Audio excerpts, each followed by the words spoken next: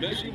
انس بن النضر كان تاجر، نفسه يحضر معركه مع سيدنا محمد صلى الله عليه وسلم، لانه ما حضرش غزوه احد، وقال والله لو غزوت اخرى مع النبي صلى الله عليه وسلم ليرن الله مني خير. سيدنا انس بن النضر كان جاي من المدينه، وهو جاي لقى المسلمين بيفروا، وهنا سيدنا محمد ما كانش سيدنا محمد لما لقى المسلمين بيفروا، عارفين المكان اللي هناك يا جماعه اسمه الشيخ اهو، النبي كان بدا يدافع عن نفسه. كانوا 10 من الشباب على راسهم سيدنا يزيد بن السكن، ماشي. ما فرش المسلمين معظمهم فرش. مين اللي رجع المسلمين تاني؟ اللي رجع المسلمين تاني هو سيدنا انس بن النضر.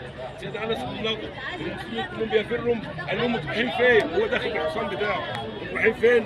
قالوا ايه؟ مات محمد، قتل محمد، الموت على ما مات عليه. انتوا يعني عايزين من ماذا تفعلون بالحياه من بعده؟ ماذا تفعلون بالحياه من بعده؟ الموت على ما مات عليه. سيدنا انس بن النضر وهو داخل يقول ايه؟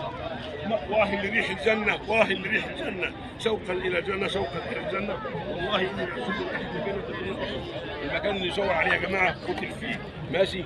رجعوا المسلمين الكفار يا جماعه، الكفار اول ما لقوا المسلمين راجعين تاني خافوا لا يحصل تاني زي ما حصل في بدر، ويحصل تاني زي ما حصل في اول معركه، اخذوا الغنائم ورجعوا تاني في اتجاه مكه، ماشي يا جماعه. النبي صلى الله عليه وسلم في ناس مقتوله هنا في مجرى السيل، وناس على الجبل، وناس في الارض هنا. طب ايه اللي جمع شهداء احد هم هنا يا جماعه؟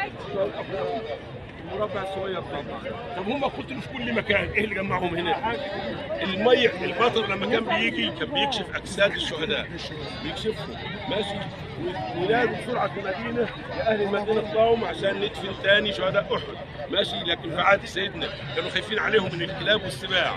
في عهد سيدنا معاويه بن ابي سفيان جمع علماء المدينه ومكه وقال لهم يا جماعه احنا كل سنه بنجري نغطي شهداء احد، ايه رايكم؟ ننقل الجثمان بتاعهم النبي صلى الله عليه وسلم كل واحد ماشي. سيدنا معاويه بن ابي سفيان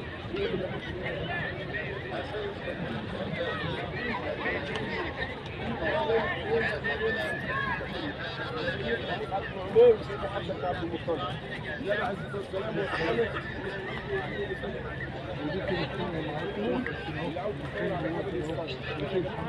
العمود ده هو المميز في